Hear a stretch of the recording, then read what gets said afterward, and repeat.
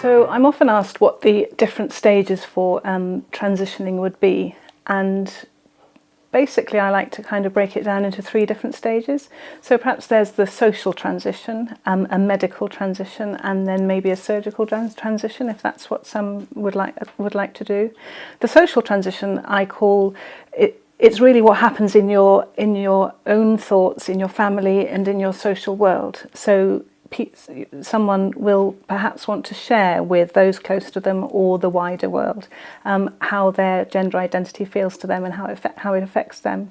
So a social transition would be perhaps something like your pronouns. You know, do people call you he or she or they?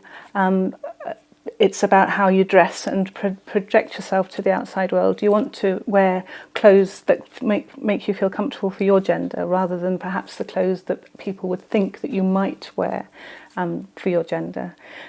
Social transition for children can be things like school uniform, pronouns like we've talked about, what kind of things they'd like to play in school.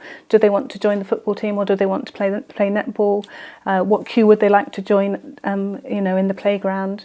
And social transition is all about how you present yourself to your family. So how would grandma like to call you, and what would Auntie Flo call you, and things like that. So social transition is very much about how you like to identify within society. And for many trans people, that's enough. That's fine. However, for medical transition, which is often where doctors become involved, that is about when people would like to use medication in order to change their identity or to better reflect their identity. And there are 2 phases of a medical transition. One would be where you would take medicines to block your natural hormone production, and then you would be given the opposite hormone to that your body naturally produces, in order to either feminize or masculinize your body, so that your body starts to fit better in line with your gender identity.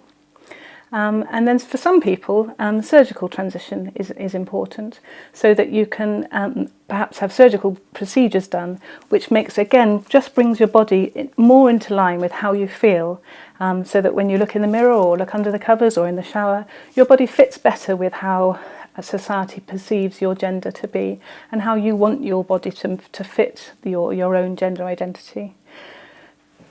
And I think some people will say, it's all about the sex change surgery or the sex change hormones.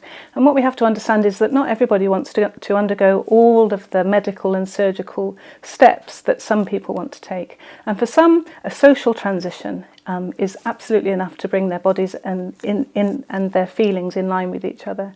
Whereas for others, they would like to do the hormone swap. So they would like to have the hormones that fit their gender identity, rather than the ones that their body naturally makes. And for other people, a full surgical transition, or even just some steps towards it, is enough. For some trans men, so people who are assigned female at birth but identify as male, if they've had undergone breast development during puberty, perhaps just taking that away and having a mastectomy to remove the breast tissue will help them to present more in line with their identity and pass in society in a more acceptable way for them. For some people, they need full gender surgery. But again, although we all talk about sex change surgery, it's actually quite uncommon for people to want to undertake all those steps.